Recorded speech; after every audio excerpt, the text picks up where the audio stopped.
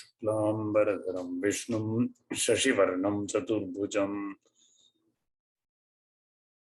प्रसन्नवदनं ध्यायेत् सर्वविघ्नोपशान्तये। ओम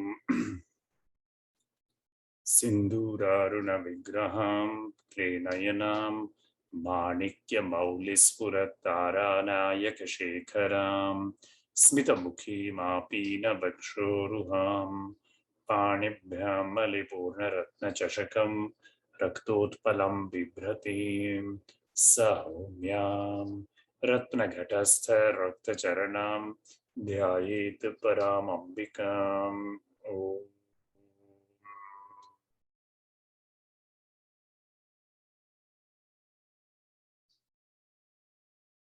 ध्यायेन्नित्यं महेशं रजतगिरिनिभं चारुचन्द्रावतंसं रत्नाकल्पोज्ज्वलाङ्गं परशुमृगवराभीतिहस्तं प्रसन्नं पद्मासीनं समन्तात् स्तुतममरगणैः व्याघ्रकृतिं वसानं विश्वाद्यं विश्वबीजं निखिलभयहरं पञ्चवक्त्रं त्रिनेत्रम्। ॐ नारायणं नमस्कृत्य नरं चैव नरोत्तमं देवीं सरस्वतीं व्यासं ततो जयमुदीरयेत्। गुरुर्ब्रह्मा गुरुर्विष्णुर्गुरुर्देवो महेश्वरः गुरुः साक्षात् परं ब्रह्म तस्मै श्री गुरवे नमः। श्रुतिस्मृतिपुराणानाम् आलयं करुणालयं नमामि भगवत्पादं शङ्करं लोकशङ्करम्। ॐ सहनाववतु सहनौ भुनक्तु सह वीर्यं करवावहै तेजस्विनावधीतमस्तु मा विद्विषावहै। ॐ शान्ति शान्ति शान्तिः। सर्वोपनिषदो गावो दोग्धा गोपालनन्दनः पार्थो वत्स सुधीर्भोक्ता दुग्धं गीतामृतं महत्। धृतराष्ट्र उवाच धर्मक्षेत्रे कुरुक्षेत्रे समवेतायुयुत्सवः मामकाः पाण्डवाश्चैव किं कुर्वत संजय। श्री भगवान उवाच क्लैब्यं मास्मगमः पार्थ नैतत्त्वय्युपपद्यते क्षुद्रं हृदय दौर्बल्यं त्यक्तोत्तिष्ठ परन्तप। अर्जुन उवाच मदनुग्रहाय परमं गुह्यमध्यात्मसंज्ञितं यत्त्वयोक्तं वचस्तेन मोहोऽयं विगतो मम। मन्यसे यदि तच्छक्यं मया द्रष्टुमिति प्रभो योगेश्वर ततो मे त्वं दर्शयात्मानमव्ययम्।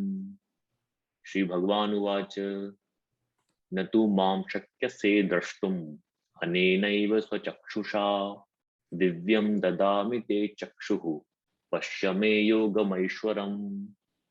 संजय उवाच एवमुक्त्वा ततो राजन् महायोगेश्वरो हरिः दर्शयामास पार्थाय परमं रूपमैश्वरम्। दिवि सूर्यसहस्रस्य भवेद्युपदुत्थिता यदि भासदृशी सा स्याद् भासस्तस्य महात्मनः। ततः स विस्मयाविष्टो हृष्टरोमा धनञ्जयः प्रणम्य शिरसा देवं कृताञ्जलिर्भाषत। अर्जुन उवाच त्वमक्षरं परमं वेदितव्यं त्वमस्य विश्वस्य परं निधानम् त्वमव्ययः शाश्वतधर्मगोप्ता सनातनस्त्वं पुरुषो मतो मे। अनादिमध्यान्तमनन्तवीर्यम् अनन्तबाहुं शशिसूर्यनेत्रम् पश्यामि त्वां दीप्तहुताशवक्त्रम् स्वतेजसा विश्वमिदं तपन्तम् द्यावा पृथिव्योरिदमन्तरं हि व्याप्तं त्वयैकेन दिशश्च सर्वाः दृष्ट्वाद्भुतं रूपमुग्रं तवेदं लोकत्रयं प्रव्यथितं महात्मन्.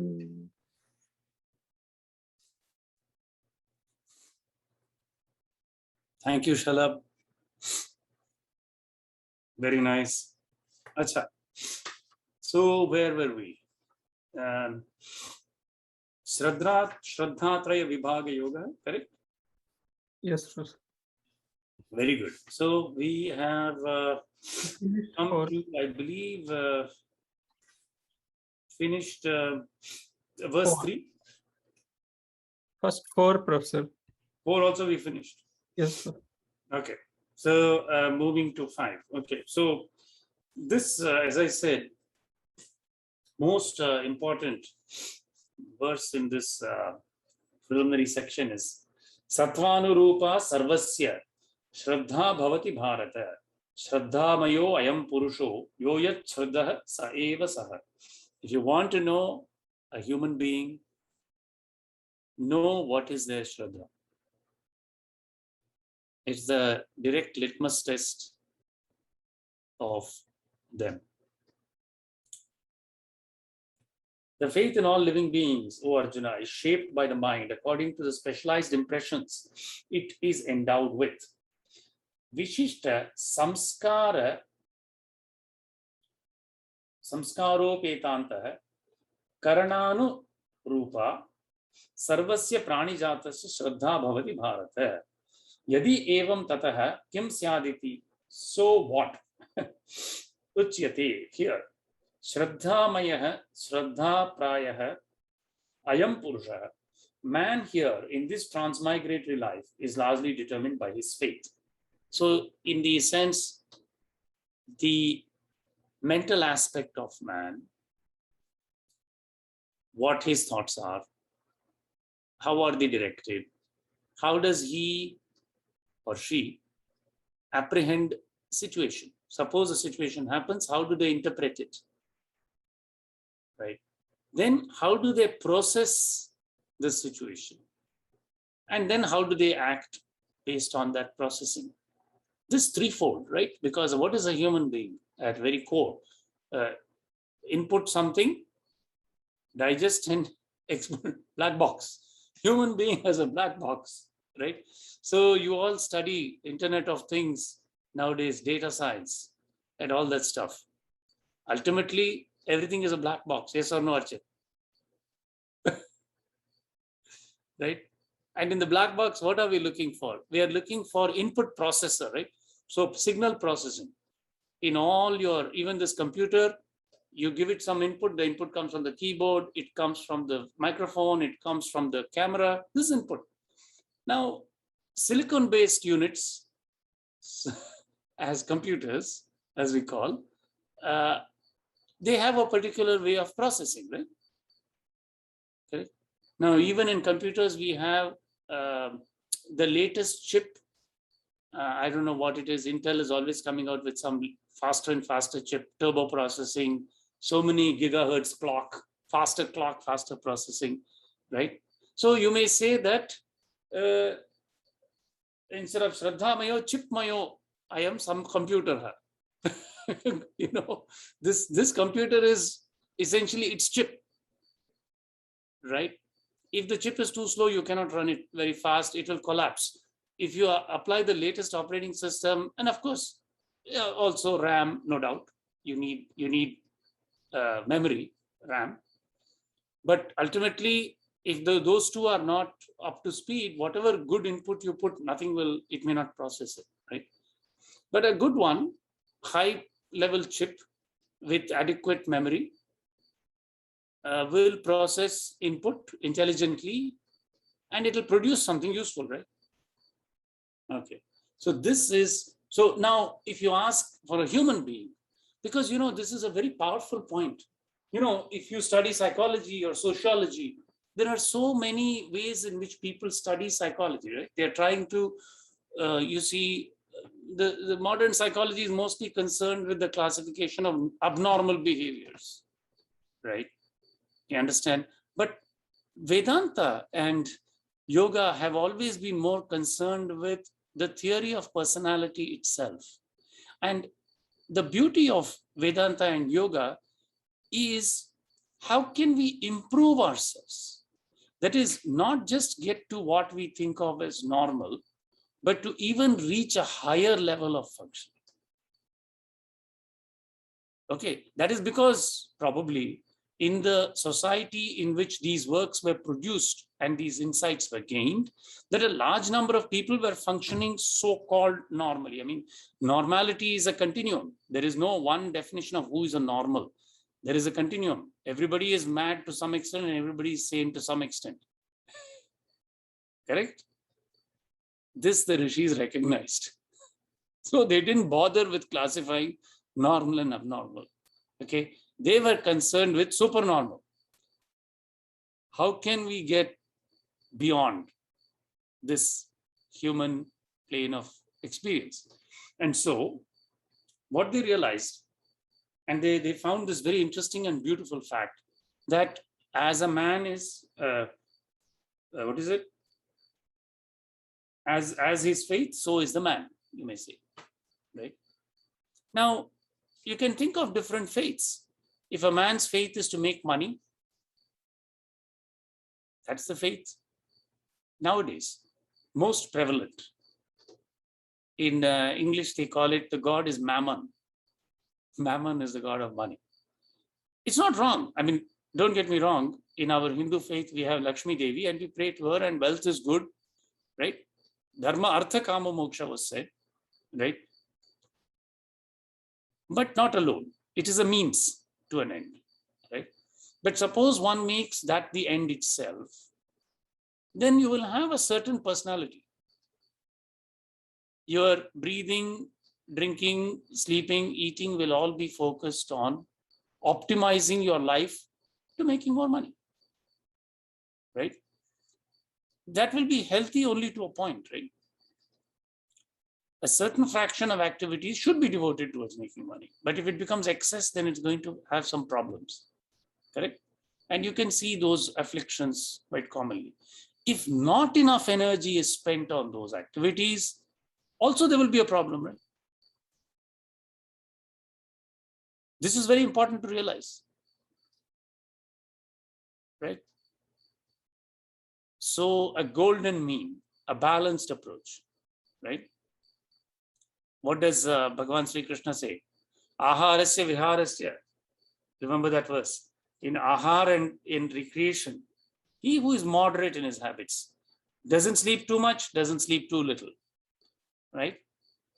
That person is in the beautiful harmony, right? So similarly, in terms of artha, knowing exactly how much time to spend on it, right? Not too much, not too little. But now, so that is the question of faith. What is that person's faith? What is their core fundamental faith that determines them? And I encourage you, as a psychological experiment, you observe people around you and you observe their behaviors and you observe their faith. But here's the interesting thing, right? How many people are even willing to acknowledge what their faith is? I think that is the peculiar thing of today's life and world, right? If you ask most people, what is your faith? They probably won't even tell you, right? Or they may not know. Is that true? In some cases, I think, right? In some cases, not. And that also tells you something. Because earlier in the verse, have you remember the verse in Bhagavad Gita on the Ashraddhavan? Do you remember that verse? Bhagavan says, Pranashyati, this person comes to destruction, the one without faith. Neither in this world nor in the other world can you gain anything without faith. You see, faith and trust are central to human life. Without faith and trust, even manifested in our external life, external world, right? In very, very small ways. If we don't have faith and trust, your mind will be so riddled with anxiety that you will not be able to function. Think about it. What are the things that we have faith and trust in, that we must have faith and trust in every day? So many things. All our daily transactions have to have faith and trust, right? Because our life is highly interdependent. Today, if I click on this link, somebody in Zoom has to have done their job properly, written the right software, maintained the server, right? Internet connectivity has to be, otherwise we can't even have this conversation. Isn't that faith and trust? Right? So in very practical ways, this verse is very, very powerful. I highly recommend meditating on this verse. Then Bhagavan goes on to say, Yajante satvika devan yaksharakshansi rajasaha pretan bhutaganas yajante tamasajara. So classifying, and we had a good discussion on this about, I think, the pretas and the difference between the pretas and the pitras, correct? Last time? Yes, Professor. Very good. So those of sattvic faith offer sacrifice to the gods. Yajante pujayanti sattvikaha sattvanishtaha devan. Who are the gods?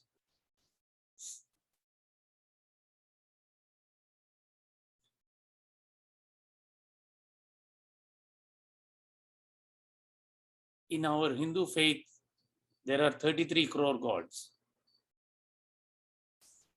Okay. Reckoned. But of course, by gods, they can also mean the gods of the senses, which are fivefold. But then we also have Adityas, Rudras, Vasus, right? Starting from our Trimurti, we have more gods, right? We have the Shiva Parivar, Vishnu Parivar, etc., etc. We have the avatars. So, but nevertheless, the characteristic of all these gods is that they are occupying planes that are above Swarlok, Swar and above. Brahma lives in Satyalok, Vishnu lives in Vaikuntha, Shiva lives in Kailasa. Correct? And even the gods of the senses live in Swarlok, Bhur, Bhuva, Suva. They are above both Bhu and Bhuva. Correct? They are above those two worlds. Now, on the other hand, the Rajasic people offer to supernatural beings and monsters, Yaksha and Rakshansi. Right? And then, Yakshas like Kubera, etc. Rajasaha, Pretan, Bhutaganan, to ancestral spirits and hosts of ghosts. The Anye, the tamasic ones also. The adherence to sattva, etc., has been determined with regard to these effects by shastraic prescriptions. Evam karyatha nirnita sattvadinishtaha shastra vidyut sarge. Tatra kaschideva sahasreshu deva pujadiparaha. But only rarely, say one among thousands, do people address themselves to worship of deities, taking their guidance. Sattvanishtaha bhavati. Bahulyena tu rajonishtaha tamonishtaschaiva praninaha bhavanti. This is amazing. If Bhagavan Sri Shankaracharya wrote this in his time, right? What is he saying? He says that one among thousands do people address themselves to worship of deities, taking their guidance from sattva. The vast majority of beings are attracted to rajas and tamas. So probably Mammon also belongs to one of the Rajasic gods. Yeah. Right?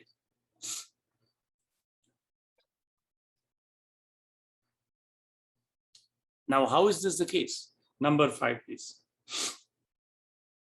Ashasravihitam ghoram tapyante ye tapojanaha dambha hankara samyuktaha कामरागबलान्विताः full of force of lust and greed.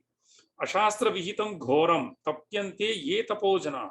Moved by hypocrisy is dambha, ahankara, egoism, samyuktaha. Those who do terrific penance, ghoram tapaha.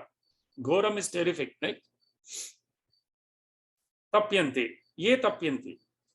So, those ones who perform penance, ye tapyante. What kind of penance? Ghoram tapaha.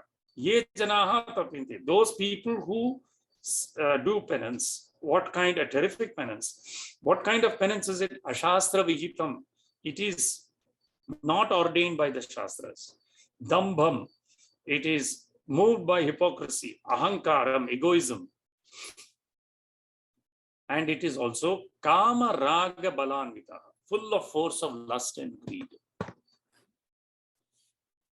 Ashastra iti, unordained by Shastras, not moved by their injunctions, and terrific or painful to living beings as well as to themselves, is the penance done by the beings who are impelled by hypocrisy and egoism. They are supported by the force of lust and greed.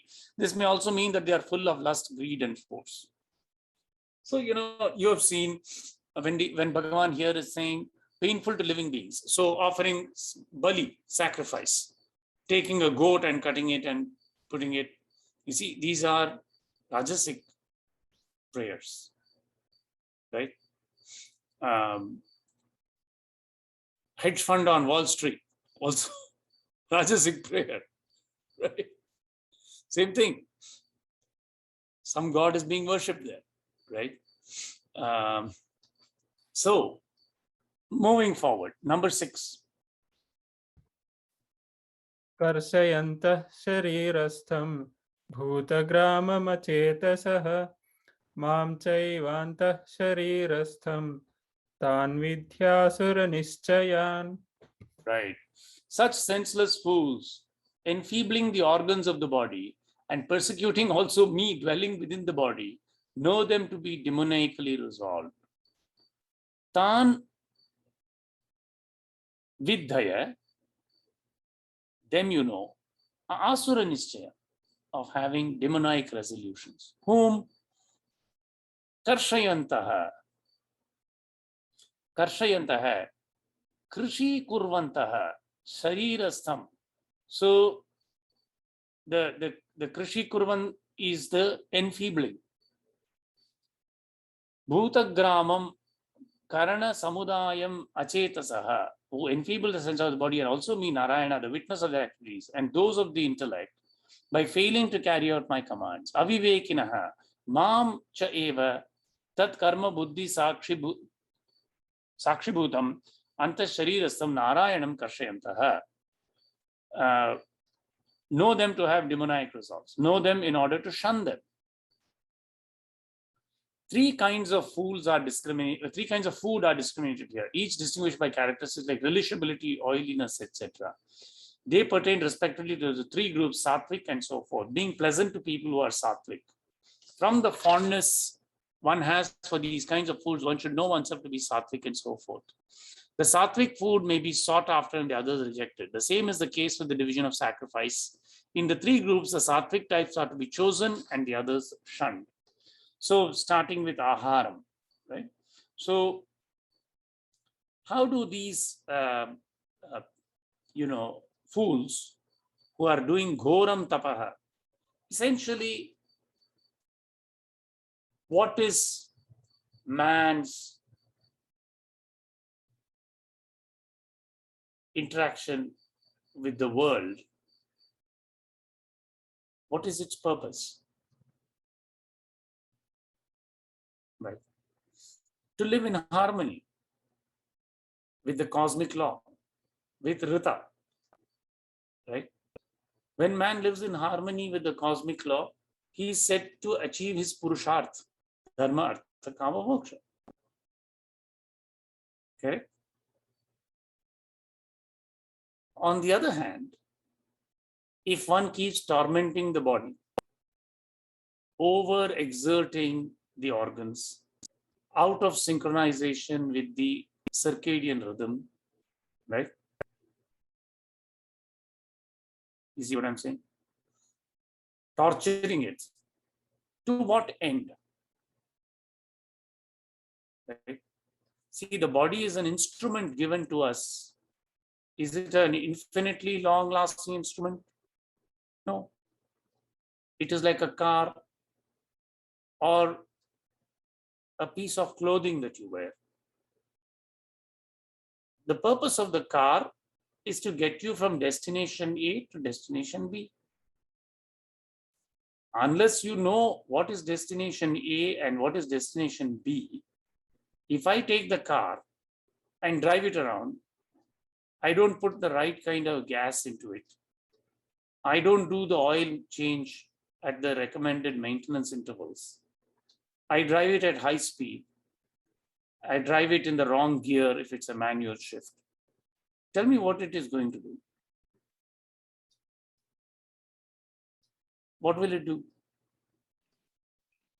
To break down before It will reaching the break point. down. Correct. And worst of all is not having a navigation system. Right? Because I can be driving round and round in circles around the same place. And then when the car has become an old jalopy, you start. Right? Yes or no? Then what can we do? Nothing. So therefore, right now, it is important to do a few things. One is, one must know what is the destination. Right? One must know where the starting point is also. Where is A, where is B? In management, that's called gap analysis.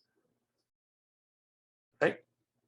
If you know where A is and know where B is, only then you can take some steps to go from A to B.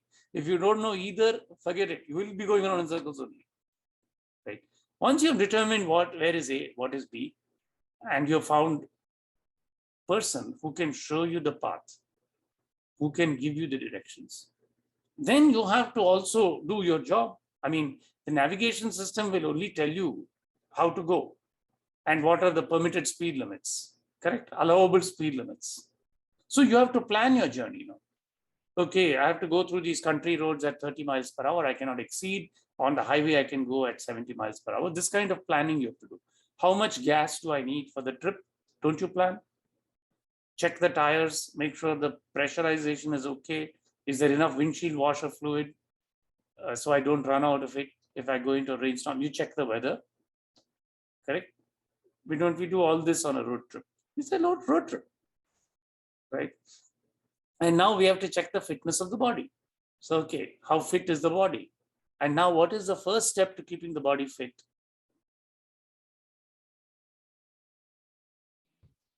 Food. What Right, you food. eat. Yeah. Very good.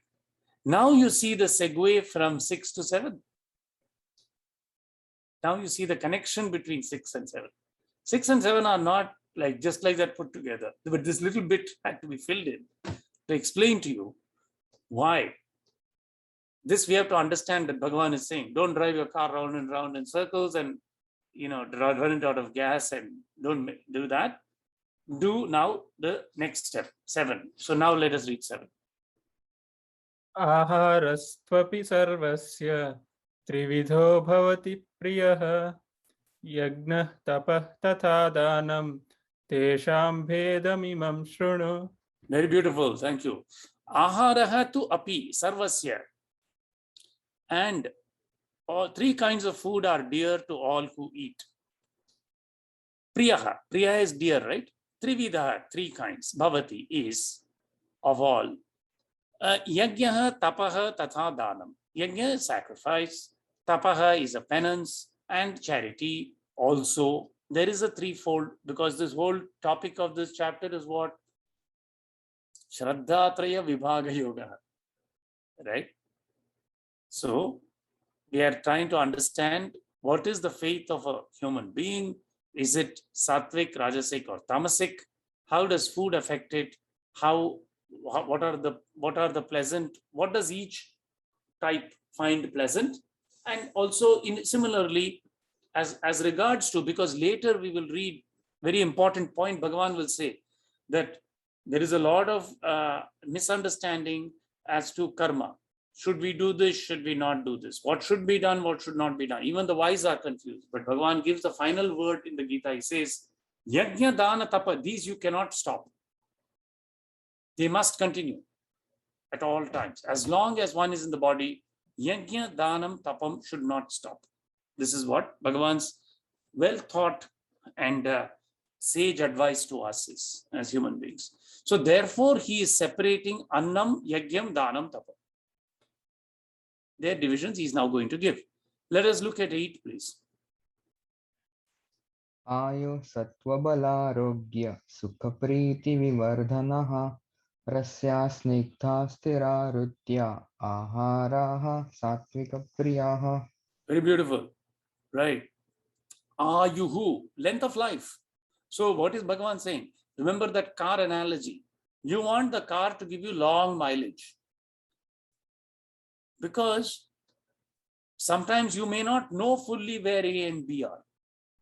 Starting point and destination. Sometimes what Guru can tell you is, Guru can tell you where B is.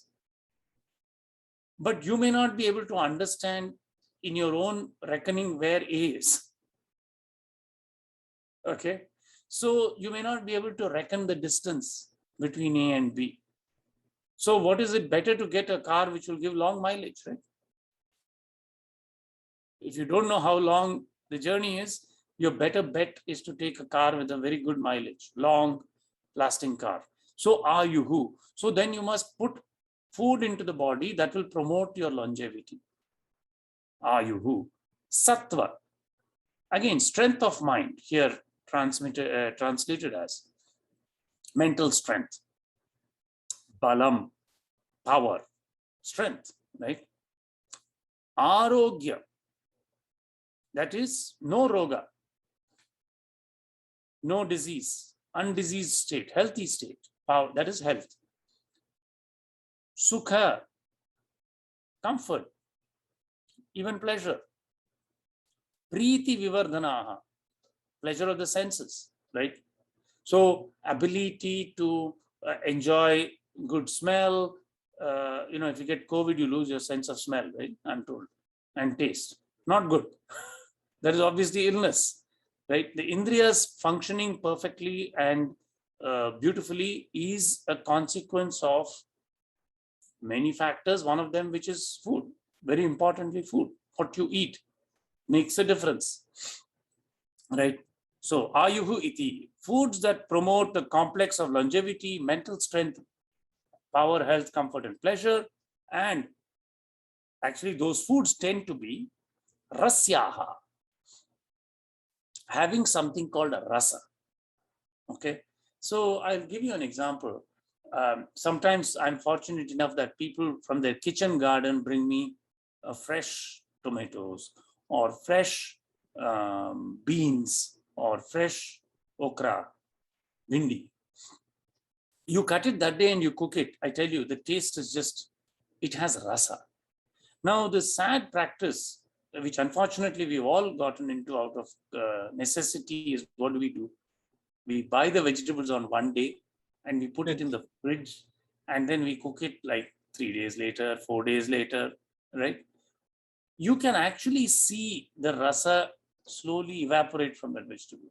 If you keep vegetable long enough, it will become rasahina. It will lose its prana. The food that has lost its prana cannot give us prana. It's very unfortunate. I'm not trying to blame anybody. We are all subject to this thing. I had a friend in graduate school. He had a rule. I don't know whether he still keeps it. He said, I will only cook what I buy that day. A very strict rule. I mean, difficult, right? You have to live in such a way that you walk from the home office to home along the market and pick up something. And anyway, it was a very laudable rule. I don't know how well he was able to follow it. It is definitely a huge challenge for us these days to do that. But to the extent possible, having you all see the value of fresh foods, locally grown and sourced. Again, why local? Because by the time it's transported, it has lost some rasa also, right? From a long distance in the frozen truck. So look, farmers market, if you're able to pick up something, at least we can increase that. Local fresh foods. Snigdha. Snigdha is a very interesting, it means that the opposite of it is the food should not be dry. So the most important snigdha possessing food element is ghee.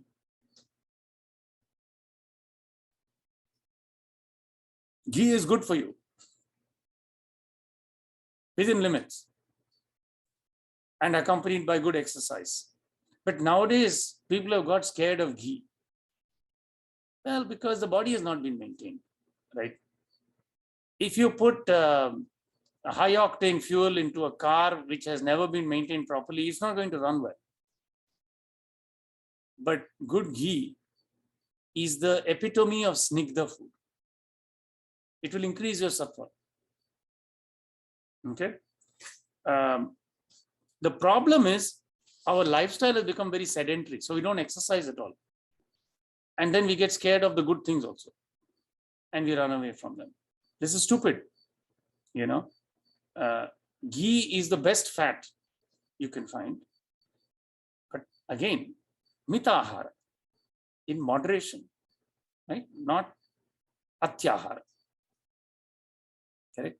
So, snigdha, sthira, the ones that produce a firm stability. Let me give you an example of a sthira food and asthira food.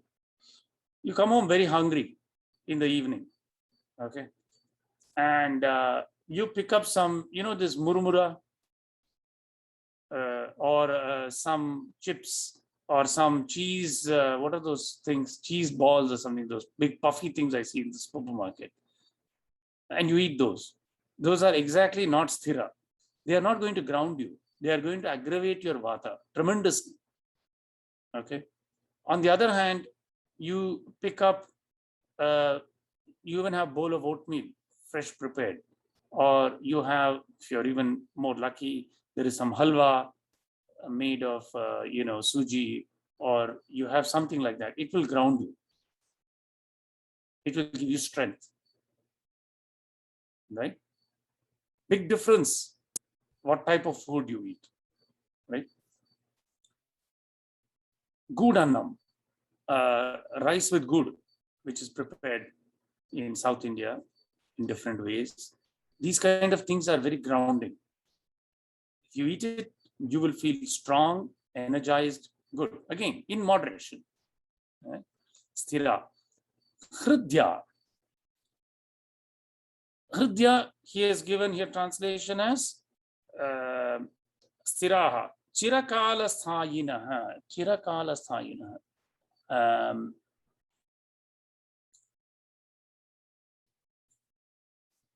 He just says firm. Te charasyaha rasopetaha sigdaha snehavantaha, the hridyaha, hridaya priyaha. So those which the heart loves.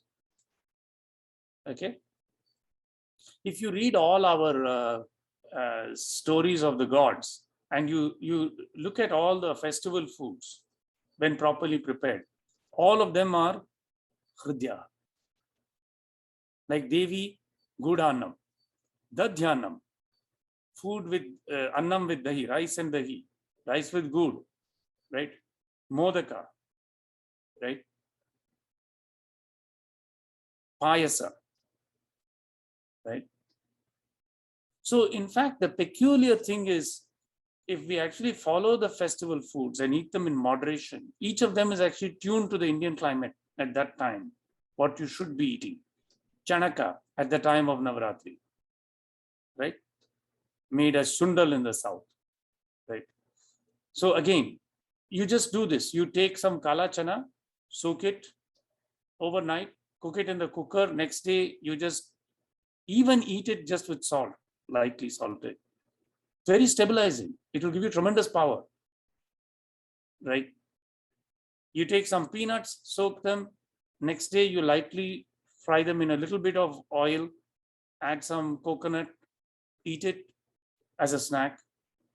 It's going to give you strength, right? Cheese balls will not, right? So this is the meaning of sattvic food. In fact, all the festival foods that are listed are sattvic foods. Okay, again in moderation, right? So these will all attract. They appeal to men of sattvic temperament. So, I find this very funny. I talk to a lot of my friends, and many of them have raised their children in the United States. And they all complain to me that my children don't like the Indian sweets. This is very sad. I'm not saying it lightly, because it indicates that the sattvic temperament needed to be cultivated more.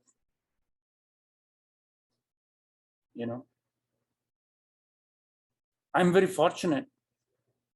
My daughter very much loves all Indian sweets, only Indian sweets.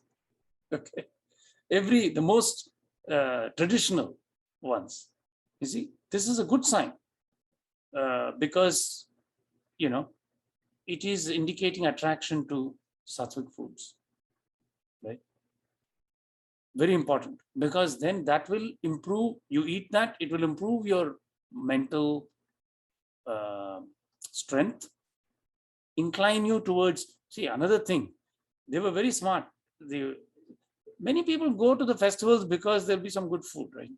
It's okay, nothing wrong with that. Start with that. Maybe that will draw you to God, right? But if you don't even like the food at the festival, then it's hard, right? Right?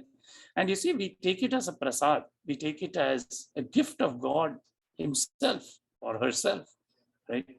And then it adds even more power to us. When we do Naivedyam and then offer to the Lord and then eat it, it gets infused with the mantras. And the power of that food is very great. Food itself has power, right? So if you take something fresh, you cook the best ingredients, and you make a nice offering and you eat it, it's going to give you strength that you cannot imagine. As opposed to, which we sometimes have to do, you're eating in front of your computer, there's a lot of stress, you have a deadline, you grab something, you don't know who made it, who cooked it, but you stuff it in your mouth and keep body and soul together and move on. It's true, it is part of our modern life. But to the extent possible, not being over harsh on ourselves, we try to minimize that latter and maximize the former, right? It will give us longer mileage in the car, right? Anyway, questions on this? Professor, now that we are on food, there's a lot of momentum or this thing around veganism, right, Professor? What are your, thoughts on that? So vegan means no lacto. No animal products, yeah. Yes. This is, to me, directly contradictory to the Vedas. Okay. So in the Pavamana Suktam, there is a verse that comes. Tasmai Saraswati Duhe Kshiram Sarpir Madhudakam. So from that, Saraswati milked or extracted. What did she milk? From this Pavamanam, right? From this this pure Brahman itself. Kshiram. What is Kshiram? Milk. Sarpihi is ghee. Madhu is honey. Udakam is water. These four are ranked as the highest in the Pavamana Sukta. So I'm a traditional old fuddy-duddy. I don't know much about modern diets and fads, but I have faith that what the rishis saw, the vegans have not seen. Undoubtedly, there are consequences. There are studies that say the cattle are producing a lot of global pollution, warming, etc., etc. And there are problems. The world is overpopulated. But I don't think you're drinking a glass of milk with a good and noble heart to do good things is going to upset the world more than the millions of other horrible things that man is doing to pollute the earth. Okay. So in my humble opinion, Kshiram, Sarpihi, Madhu, Udakam, these are appropriate for consumption, in fact, recommended for consumption of human beings.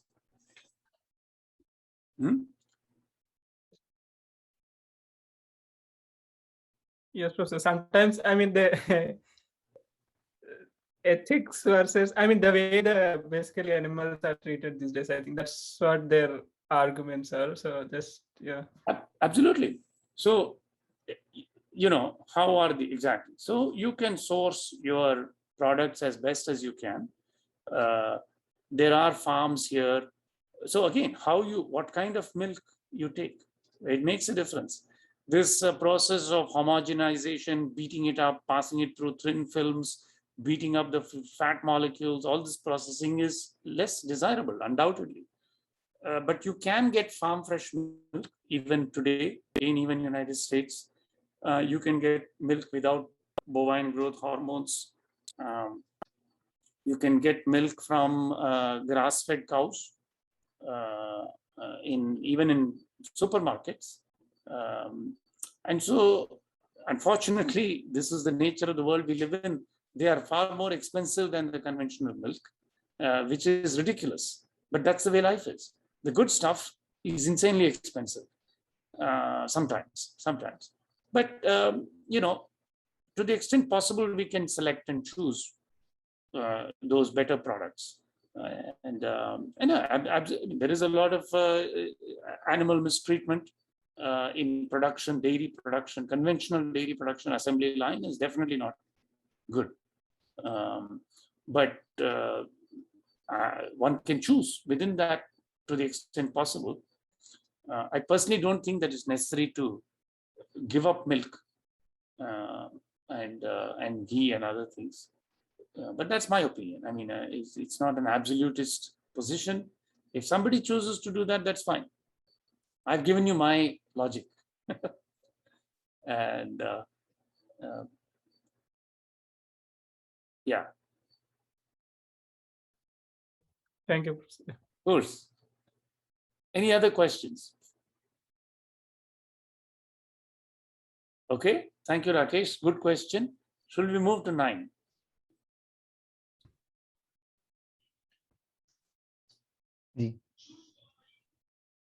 कटु आम्ल लवणात्युक्ष्ण तीक्ष्ण रूक्ष विदाहिनः आहारा राजसस्येष्टा दुःख शोकामय प्रदाः. Katva. So very bitter. Amla, sour. Right? Amla berry is very sour. Right? Lavana, salty. Ati Ushna, very hot. And Tikshna, pungent. Ruksha, harsh. Vidahinaha, Takhyati is to burn. These ahara, these types of foods, Rajasa, Ishta, they are loved by the Rajasic. And they are causing pain, dukkha, shoka, shokamaya prada. They cause pain, suffering, and ill health. So, you see, the interesting point here is that these tastes actually, Shadras ahar, 6 tastes is important in Ayurveda. And these also belong to the taste. The point is excessively, not the word excessively bitter. So, we all eat, the bitter gourd is very good for you in moderation, right? But then, and actually the amla berry, when it is made into triphala is 3 types of amla. Haritaki, bibitaki are all part of this triphala, which is a very good tonic for you. On a daily basis even can be consumed. But when we overdo that in the cooking, in the food, because it is tasty sometimes, right? Very some pickles are very salty, but they are sour and salty and tasty, right? They are tickling the tongue, hot, ushna, tikshna, pungent, like in that wasabi horseradish sauce that sometimes it's useful to clear the sinuses, but overly maybe taking that or burning these things. Ati tikshna, katva, amla, lavana, atyushna, tikshna, ruksha, vidahina. Ityatra ati shabdaha must be taken to qualify each of the terms. See, ati means excessively. Bhagavan himself is pointing out this point. It is not that these tastes are bad. Shadrasaha should contain each of these 6 tastes. But the excessive, thus signifying excessively bitter, these kinds of foods, pleasing to the Rajasic temperament, cause or yield pain, suffering, and ill health. So is that clear? Not that they should be avoided. Definitely taken in moderation, taken to give all 6 tastes, but not in excess.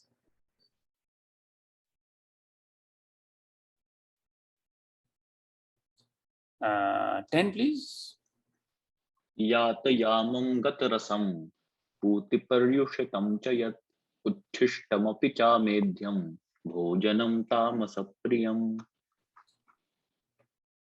Yatayamam, that which has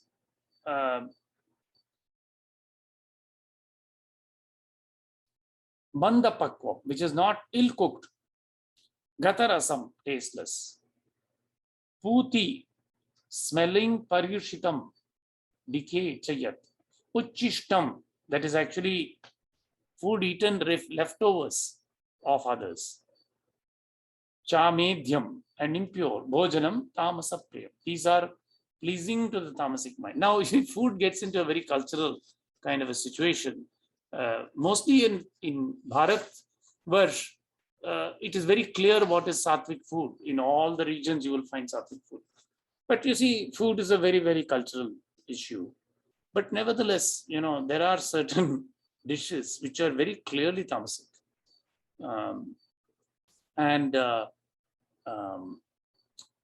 In Bharatvarsh, even pickle is considered tamasic because it is pickled, right? But there are even more extreme versions you can see around the world. Like in Korea, they have this pickled egg in which they bury the egg underground or something and then take it out. This is extremely tamasic, right? To eat, but considered a delicacy. Food is a cultural thing, but for the spiritual aspirant, it is wiser to avoid those kinds of things.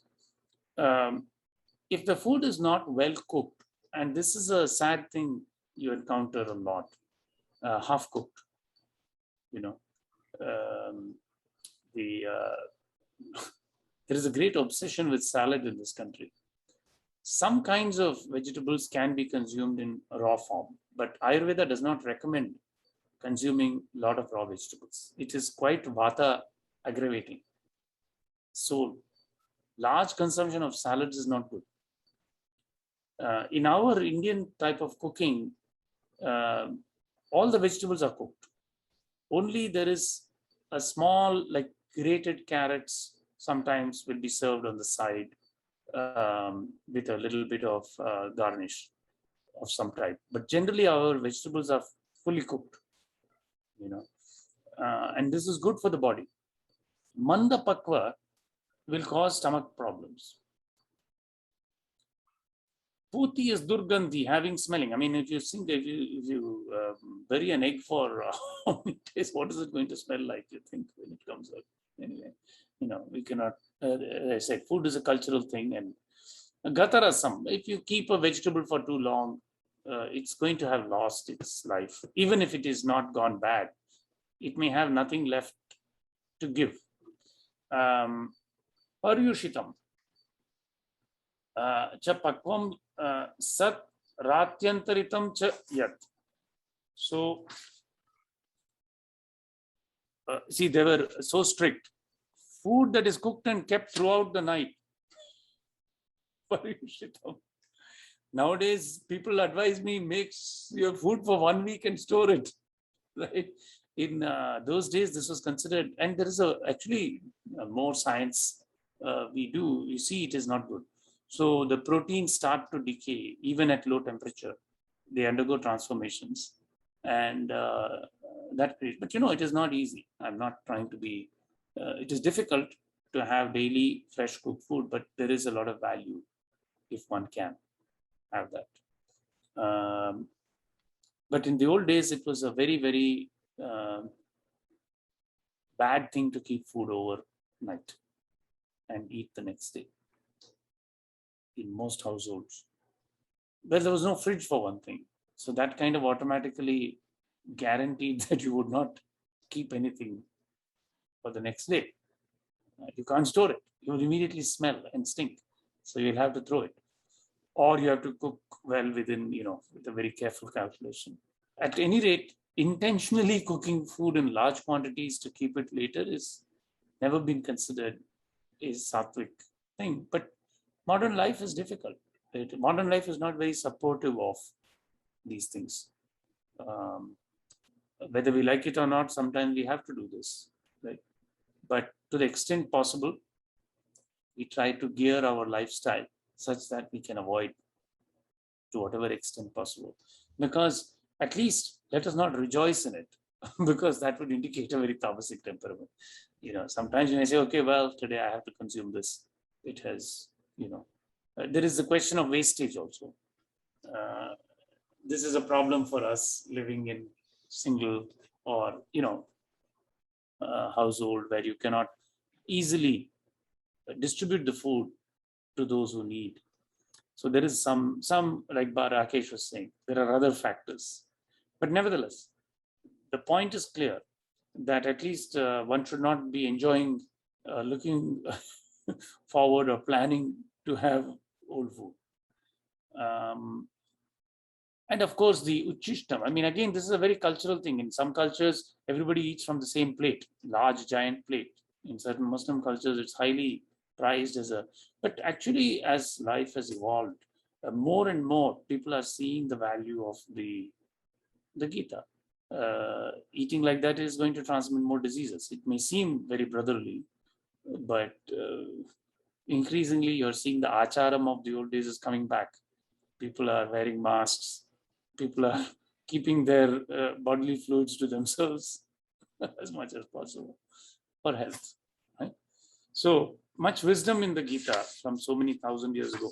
Actually, we are quite close. Maybe we should just. There's a little bit more. Okay, let us see. We are now about to go into the Yajnam. So let us stop here. We can then move into Yajna Dan Tapa next time. Any questions on this?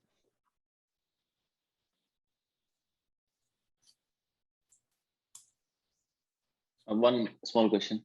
Yeah. How do we ascertain if the food is longevity increasing? What is it? How? If a food is increasing longevity of life. How do we know that? Yeah.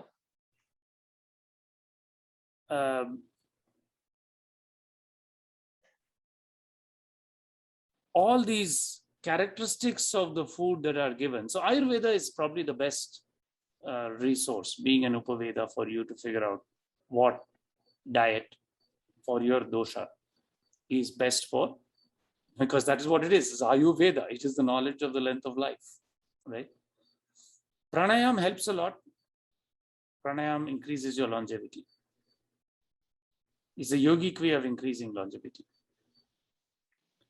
But all the sattvic foods, and there are certain foods that are called tridoshik, meaning they are suitable for all three dosha. Those foods are to be favored because they are good for all doshas.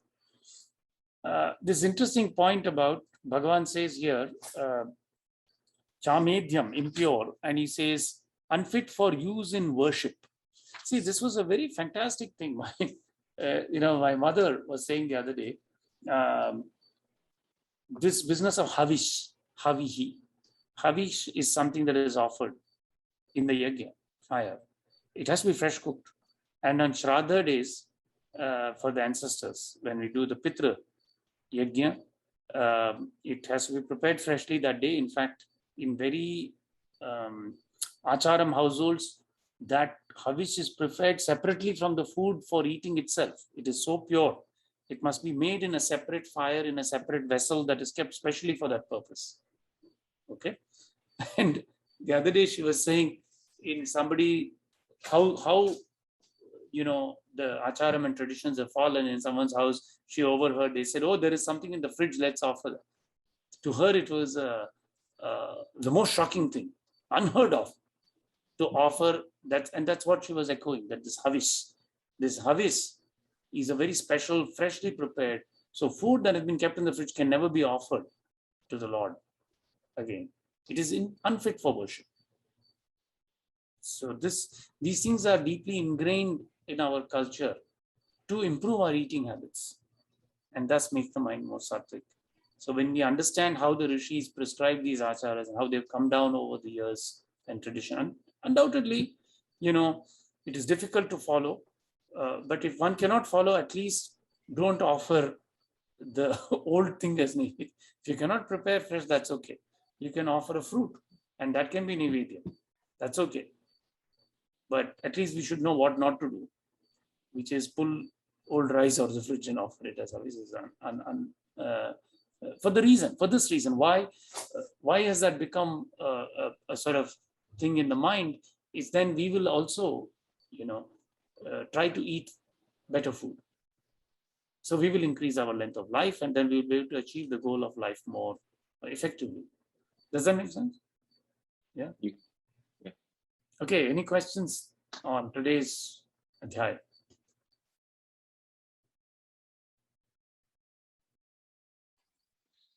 Dr. Shankar, not question but comment. It's there's so many deep and profound verses on Gita that you have to contemplate and meditate, and there are verses that are like practical and tangible. So this chapter, so many verses felt like we can directly apply. Very tangible. Yeah. Wonderful. Indeed. Yeah. That's a very good observation. Yes. It spans all the way from the profound to the very practical. Yeah. Thank you. Very good. Acha, everyone, have a lovely evening. I will say namaste and shanti mantram. We will meet again. Om Tacham Yora Vrinimahi Gatum Yajnayam Gatum Yajnapataye Daivihi Swastirastunaham Swastir Manushebhyaham Urdhvam Jigatu Bheshajam Shanno Astu Dvipadehe Sham Chatushpade Om Shanti Shanti Shanti.